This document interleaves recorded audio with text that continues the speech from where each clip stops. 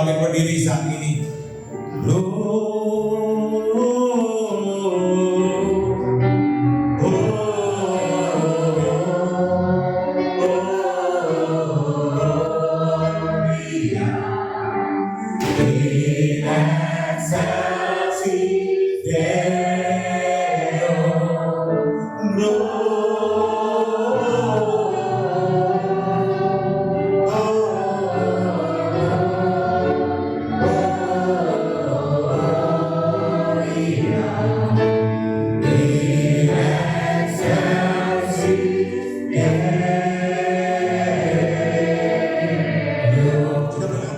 Kita mau masuk kepada Ekaristi pada hari ini. Setelah kita boleh memuji, memuliakan Tuhan dan bersyukur karena kasih Tuhan, kita mau siapkan nanti kita saat ini. Kita akan masuk dalam lagu pembukaan pada Ekaristi pada malam hari ini.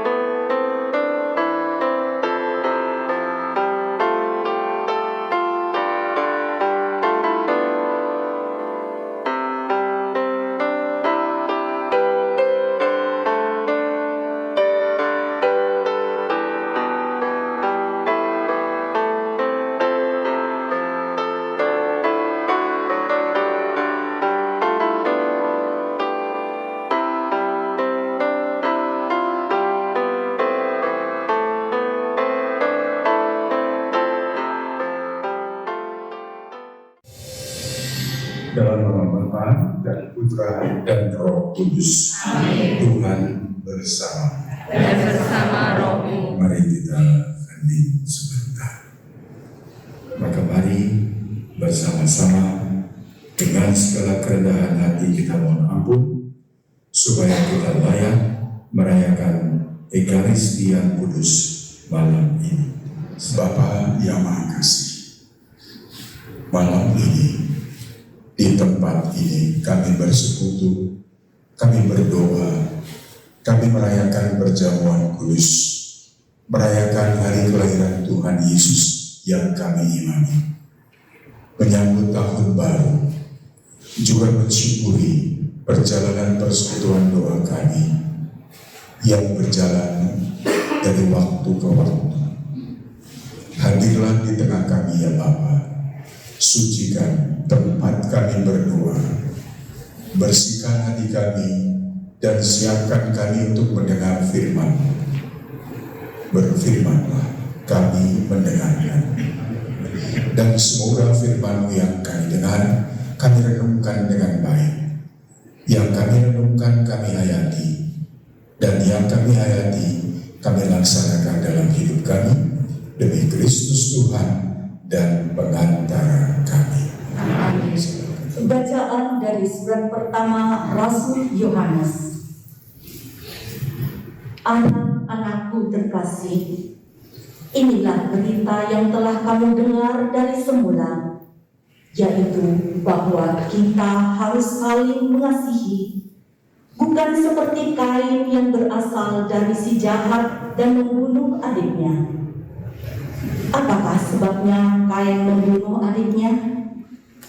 Sebab segala perbuatannya jahat, sedang perbuatan adiknya benar. Janganlah kamu heran, saudara-saudara, apabila dunia membenci kamu.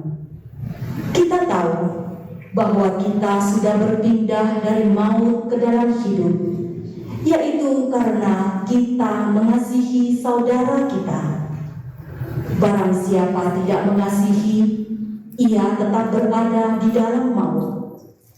Setiap orang yang membenci saudaranya adalah seorang pembunuh. Dan kamu tahu, tidak ada seorang pembunuh yang tetap memiliki hidup kekal di dalam dirinya. Tetapi kita mengetahui kasih Kristus, yaitu bahwa Ia telah menyerahkan nyawanya untuk kita, maka kita pun wajib menyerahkan nyawa untuk saudara-saudara kita. Barang siapa mempunyai harta duniawi dan melihat saudaranya menderita kekurangan, tetapi ia menutup pintu hatinya terhadap saudara itu, bagaimanakah kasih Allah dapat tetap dalam dirinya? Anak-anakku, marilah kita mengasihi bukan dengan perkataan atau dengan lidah, tetapi dengan perbuatan dan dalam kebenaran. Demikianlah kita ketahui bahwa kita berasal dari kebenaran, dan kita dapat menghadap Allah dengan hati tenang, sebab jika kita dituduh oleh hati kita, Allah adalah lebih besar daripada hati kita, dan Ia mengetahui segala sesuatu. Saudara-saudaraku terkasih, jikalau hati kita tidak menuduh kita, maka kita mempunyai keberanian penuh iman untuk mendekati Allah. Demikianlah sabda Tuhan. Tuhan bersamamu. Inilah Injil Yesus menurut Lukas.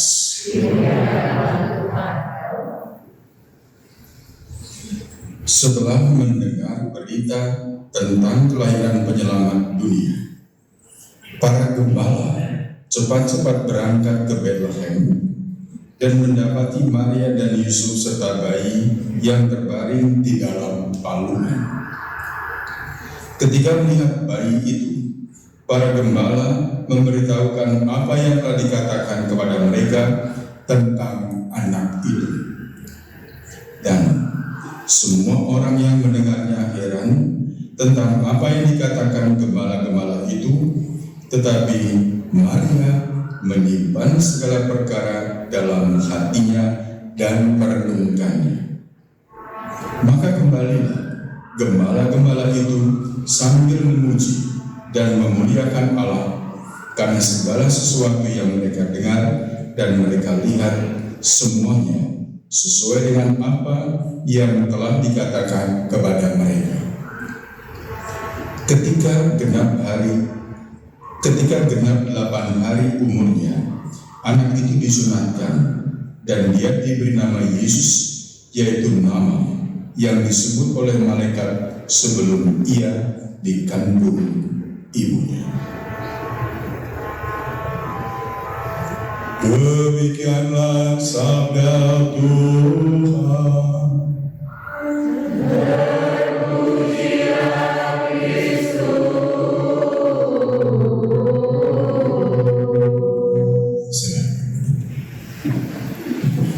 Atas nama Bapa dan Putra dan Roh Kudus. Bapak, Ibu, dan saudara sekalian, selamat malam semuanya. Shalom. Selamat Natal dan selamat Tahun Baru. Ini yang datang berapa? Ini butuh deh. 400 loh. Ya, Bapak, Ibu, dan saudara sekalian, hari ini kita bersyukur bersama dan beribadah bersama. Pertama, kita merayakan Natal. Yang kedua, kita merayakan Tahun Baru. Yang ketiga, kita merayakan ulang tahun. Yang ke hari aja lupa. Berapa ini? 10 tahun. Tepuk tangan buat 10 tahun. Nah, Bapak, Ibu, dan saudara sekalian, 7 tahun saya di paroki ini. 7 tahun. 2015 saya masuk awal di sini, dan di tahun yang ke-7 kau. Ya, saya kena stroke, kemudian pokoknya tahun yang berkesan tahun ini. Artinya bikin frustrasi juga, gitu ya. Tetapi selalu Tuhan punya rencana dalam peristiwa, setiap peristiwa. Nah, Bapak Ibu dan saudara sekalian yang terkasih, di paroki ini selama 7 tahun saya jujur mengatakan bahwa kagum setiap kali merayakan Natal. Setiap kali merayakan Natal, 7 tahun saya di sini. Ya, saya datang ke sini bertiga. Saya, Romo, Danto, Romo Bambang. ya. Romo Bambang ikut kita malam ini dari sana. Romo Danto di ujung. Ya, itu. Nah, apa yang saya banggakan? Yang saya banggakan adalah paroki ini begitu kreatif setiap kali Natal. Lihat pohonnya di sana, gede. Untung nggak kena puting beliung. Dan lihat di dalam gereja juga, selalu pohonnya bagus.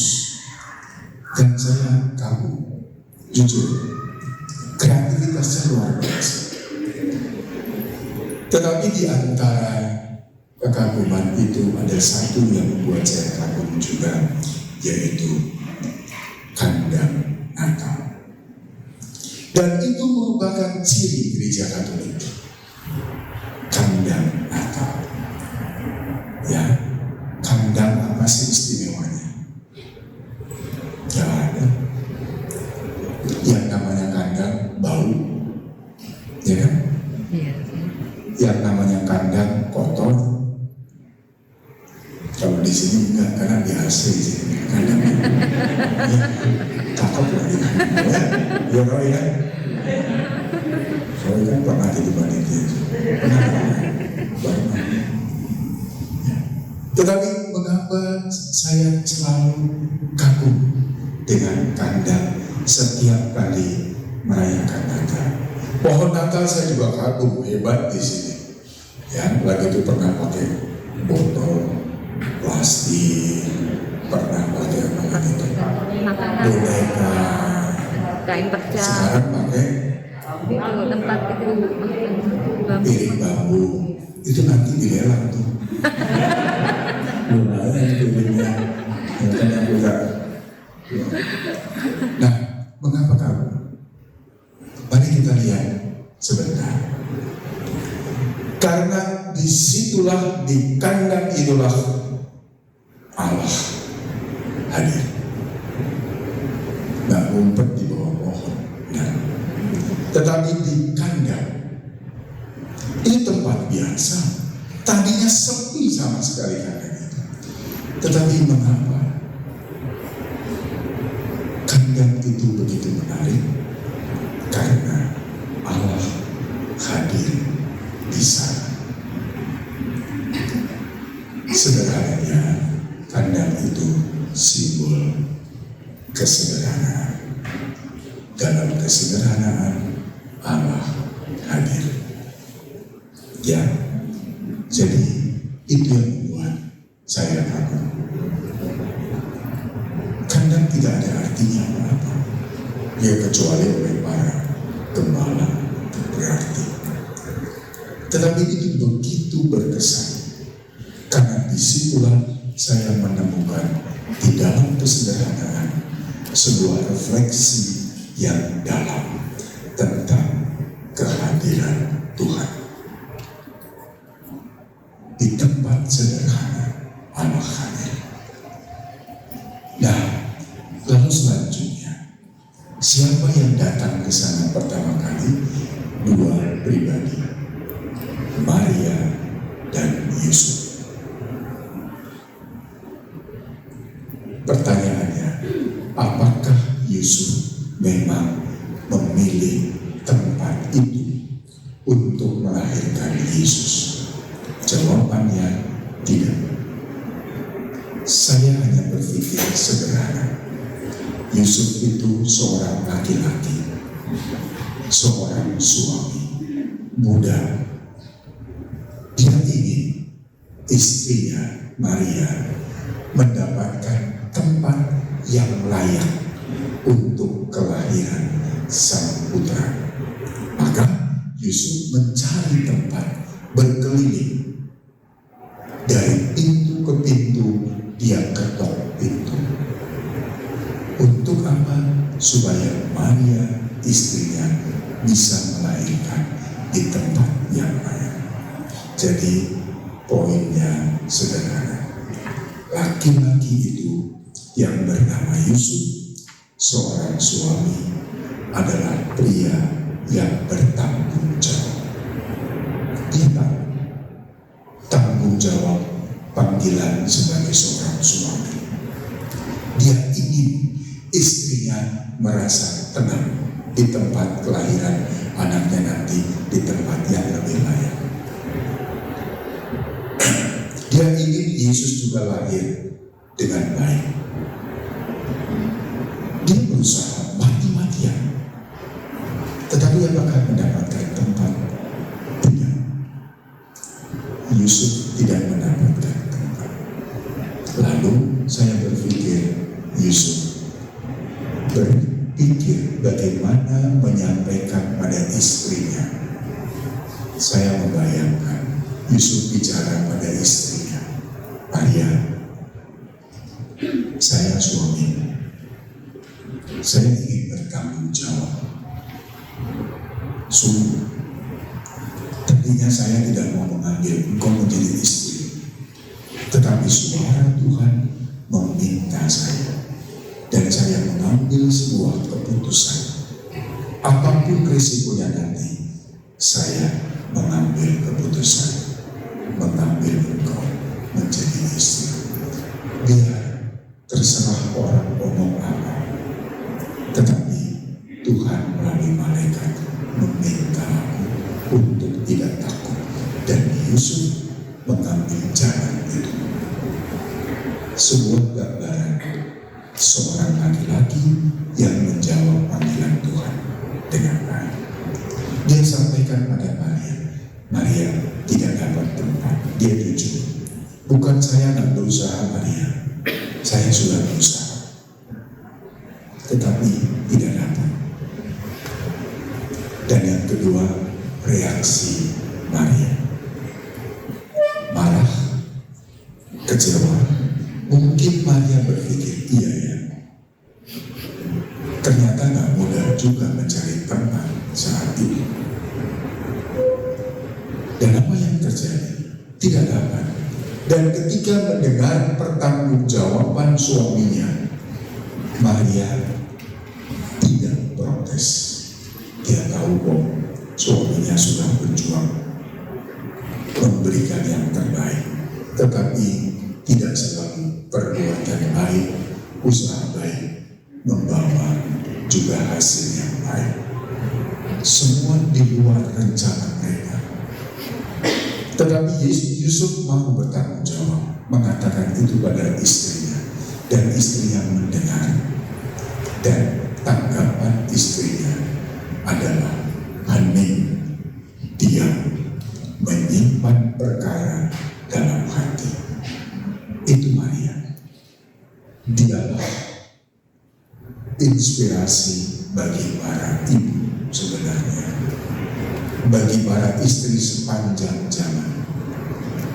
Ketika melihat perjuangan seorang suami dalam situasi yang tidak mudah dan tidak menghasilkan sesuatu apa yang mereka harapkan, Maria diam, tenang. Maka sangat baik ini menjadi inspirasi buat kita semua. Lalu apa yang mereka dapatkan? Setelah cari sana sini, mereka hanya mendapatkan sebuah kandang Natal, sebuah kandang, dan Maria melahirkan Yesus di tempat itu. Tetapi itulah rencana Tuhan. Dalam kesederhanaan, di tempat yang biasa, bahkan di tempat yang tadinya sepi, tidak mendapatkan perhatian. Ketika Maria, ketika Yusuf, ketika Yesus lahir di situ, kandang itu menjadi sebuah tempat yang memberikan sukacita. Ya, sukacita di tempat itu. Buktinya apa? Buktinya, para gembala dikatakan di situ, mereka datang ke Bethlehem, ke palungan itu, dan mereka bersukacita. Siapa yang menuntun itu? Yang menuntun adalah Allah sendiri. Allah membawa para gembala ke palungan itu. Dalam tempat yang sederhana ditemukan sukacita. Nanti minggu depan ketika pesta Tiga Raja, kita tahu nanti pesta dan Tiga Raja, mereka juga datang ke tempat itu. Apa yang mereka dapatkan? Sukacita.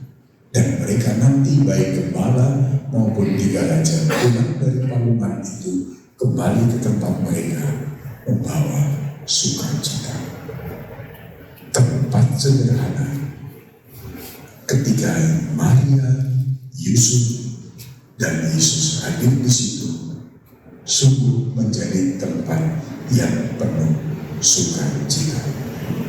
Nah, Bapak Ibu dan Saudara sekalian terkasih, refleksi sederhana tentang Natal bisa kita temukan di sini. Palungan kandang peristiwa sekian ribu tahun yang lalu. Lalu palungan zaman sekarang apa? Buat saya, malam ini, inilah palungan kita. Persekutuan doa ini adalah palungan kita. Ya. Tempatnya sederhana. Ya, aula ini sederhana, GKP ini sederhana. Sederhana kan? Lihat, altarnya sederhana, perayaannya sederhana, meskipun Ari nyanyinya luar biasa, tapi tempatnya sederhana. Ari nyanyinya sampai meremlet-meremlet, itu sederhana. Biasa dia biasa begitu. Ya, ya, kita tidak merayakan di tempat yang mewah, tapi tempat sederhana. Inilah palungan kita bersama. Coba Ari tanya teman-teman, happy nggak di sini? Tanya.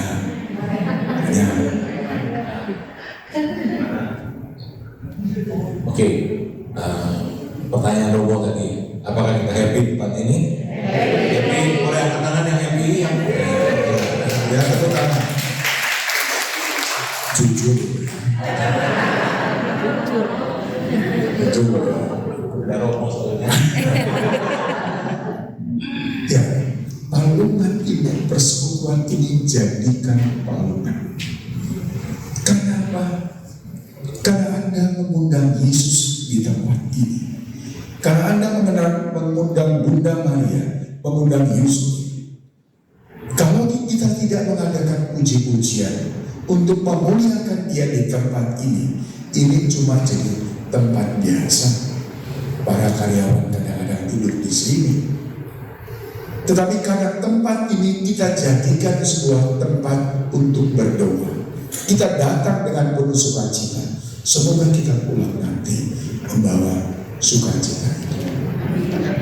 Bethlehem bukan sekedar 2000 tahun yang lalu di tanah suci sekarang ini.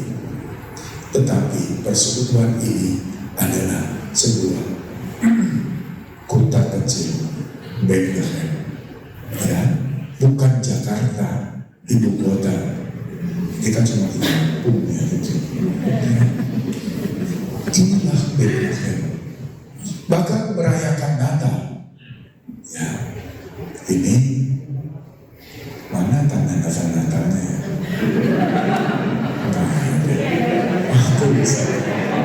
Ini Kandangnya di mana? kandangnya kan? Ya ini kandangnya. Pohonnya di mana ya pohonnya? Nyanyinya sesemangat We wish you Merry Christmas.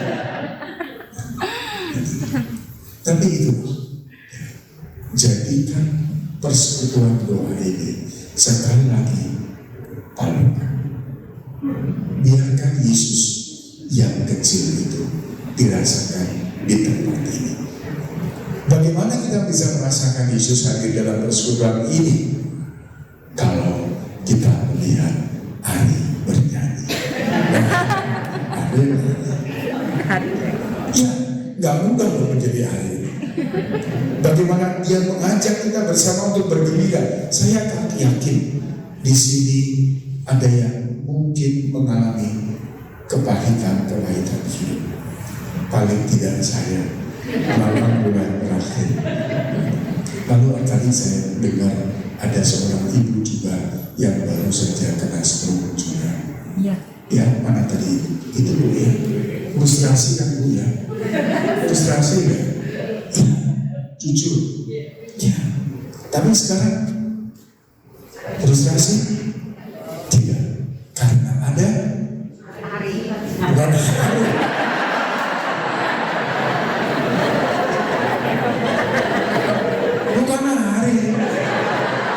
Siapa dia laki-laki?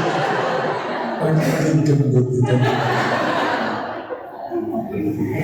Tetapi karena hari betul, Anda menghadirkan Yesus sehingga orang akhirnya berjumpa dengan Yesus sendiri di tempat ini. Ya, jadi sekali lagi jadikan persekutuan doa ini sebuah tempat yang seperti para gembala didatangi dan dirindukan. Ini kan setiap hari apa di sini? Kamis. Sudah offline. Sudah ya. Semoga virusnya cepat hilang. Kita tetap bisa bersekutu di sini. Karena apa? Saya percaya bahwa persekutuan doa ini bukan hanya untuk kepentingan kita persekutuan doa ini, tetapi umat di paroki ini membutuhkan pujian, membutuhkan doa dari persekutuan doa ini. Ya, tema Keuskupan Jakarta tahun ini adalah kesejahteraan bersama.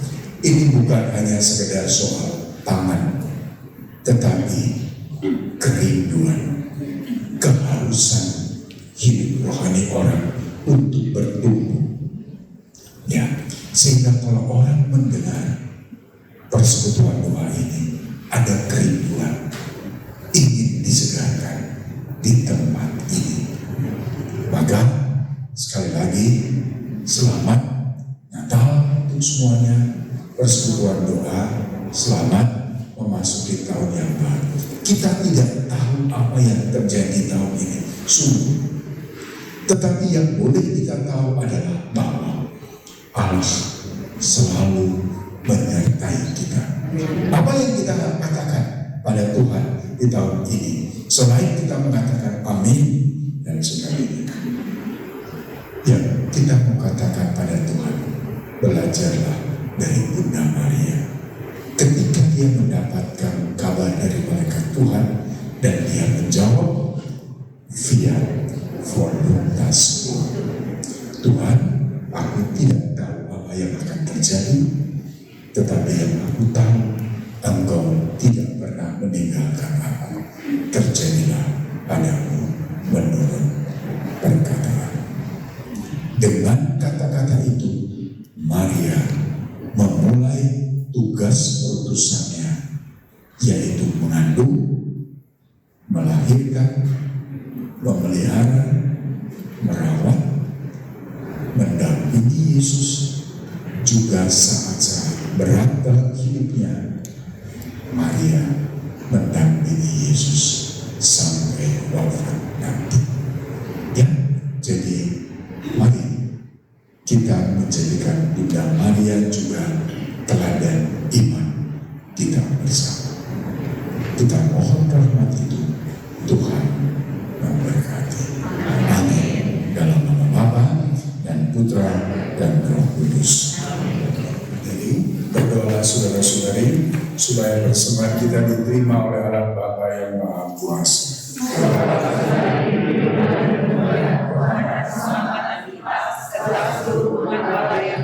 Ya Allah, terimalah roti dan anggur yang kami persembahkan ini.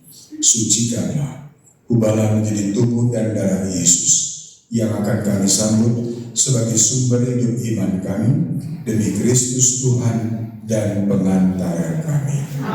Tuhan Bapa yang berkasih, malam ini kami sungguh bersyukur kepada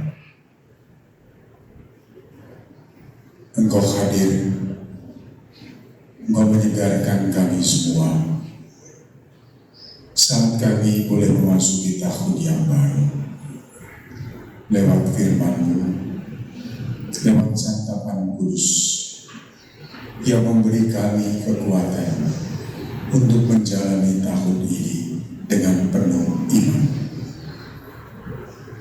Satukan kami dalam kasih-Mu, terutama dalam persekutuan doa kami ini. Biarlah di tahun ini yang baru saja kami masuki, kami memulai di dalam nama-Mu.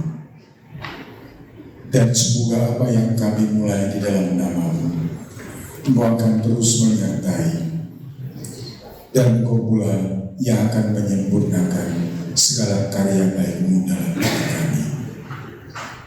Jadikanlah kami palungan-palungan kehidupan zaman sekarang. Jadikanlah kami, khususnya keluarga kami, palungan-palungan zaman sekarang juga. Agar di dalam palungan keluarga kami menemukan kegembiraan dan membawa kegembiraan itu kepada banyak orang. Bunda Maria, Bunda Gereja, dampingilah kami anak-anak-Mu di tahun yang baru ini, demi Kristus Tuhan dan pengantara kami. Amin. Silakan duduk. Shalom. Selamat pagi. Selamat malam. Saya terlalu semangat ya, jadi selamat pagi terus saya. Biasa kalau orang apa namanya motivator selamat pagi gitu ya. Mau kapan pun pagi ya. Saya bukan motivator. Selamat malam Romo Hadi, Pak Rona, Pak Haryanto, teman-teman semua, Bapak Ibu semua. Sekali lagi selamat Natal, selamat tahun baru. Bapak Ibu yang terkasih, pertama-tama kami ucapkan terima kasih ke Romo Hadi, juga Pak Haryanto dan Pak Ronald yang sudah membantu, juga Mas Kardi yang membantu sehingga proses misa yang dipersembahkan oleh Romo Hadi pada malam hari ini boleh berjalan dengan baik. Kemudian juga untuk teman-teman, terutama ada beberapa teman-teman wakil dari dekanat yang ingin hadir, perwakilan dari BPK, PKKKJ, ada Ibu Meki dan Pak Heru, terima kasih sudah hadir. Kemudian juga ada perwakilan dari koordinator dekanat BPK PKKKJ Dekanat Tangerang 2, koordinatornya Ibu Lilik. Terima kasih Ibu Lilik sudah hadir. Boleh berdiri Ibu Lilik biar tahu ya Ibu Lilik mana.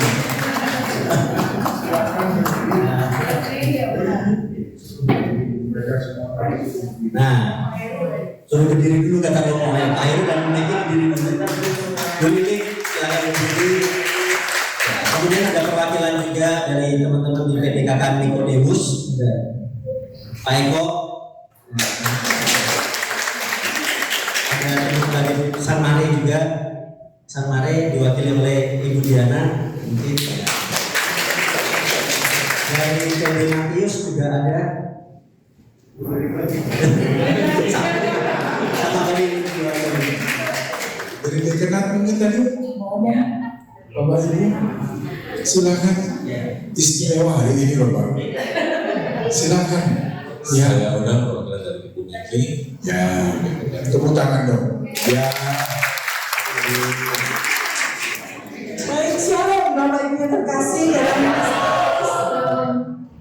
saya sungguh berkati boleh berada di tempat ini. Kalau beberapa tahun yang lalu pertama kali PD, saya masih ingat kita ada di bawah gereja ya, di aula yang di sana. Dan itu suatu berkat Tuhan kalau malam hari ini boleh berjumpa lagi dengan teman-teman dari Laurentius. Di awal tadi misa, Romo sempat mengatakan hening sejenak, merasakan kasih Tuhan, penyertaan Tuhan sepanjang 2022 sampai dengan hari ini. Kalau hiasan Natal boleh berganti, variatif, tapi kasih Tuhan tetap menyertai kita. Dan saya percaya dasawarsa PD ini tidak cuma Natal dan Tahun Baru, tapi dasawarsa PD ini sungguh menjadikan PD ini suatu Bethlehem, sweet Bethlehem.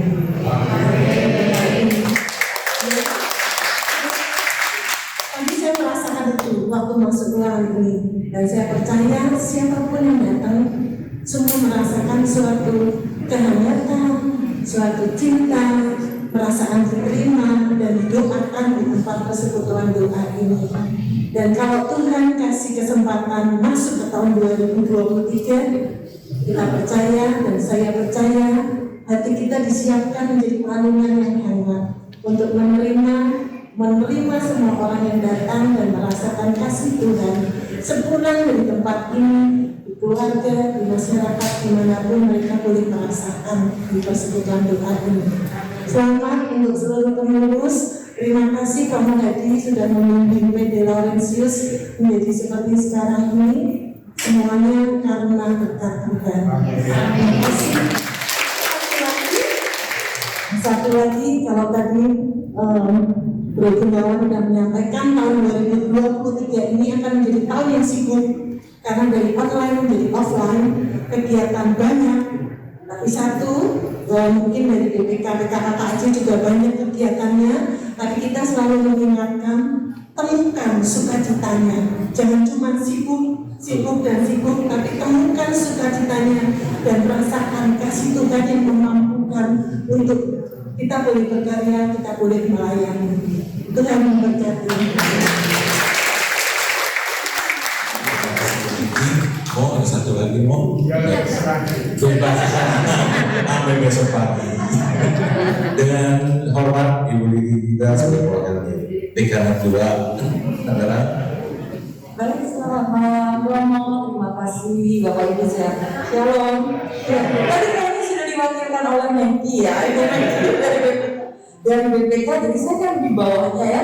Jadi saya cukup mengucapkan selamat ulang tahun buat PD Santo Laurentius Alam Sutra. Saya seperti Romo tadi, mungkin Romo bangga dengan pohon Natal ya Romo ya. Selamat berapa tahun Romo? 7 tahun, 8 tahun tadi? 7 tahun. Saya juga kagum dengan PD Laurentius ini Romo karena semakin hari semakin berkembang, dan saya percaya tim di sini di tahun 2023 semakin satu dan semakin bersama bergandengan tangan untuk merangkul banyak jiwa hingga boleh menjadi berkat bukan hanya di PD Laurentius tapi di dekanat dan di BPK juga. Sekali lagi selamat ulang tahun, Tuhan Yesus memberkati.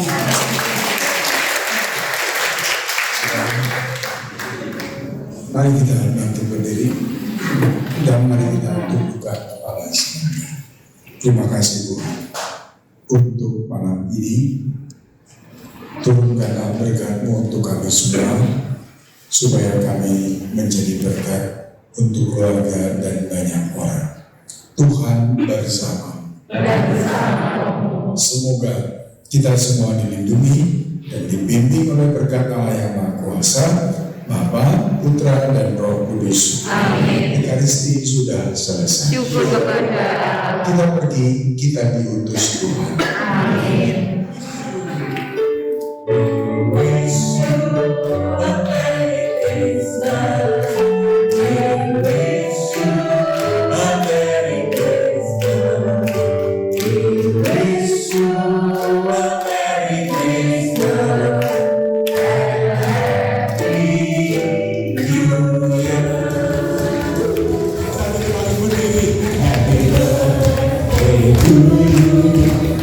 Happy birthday.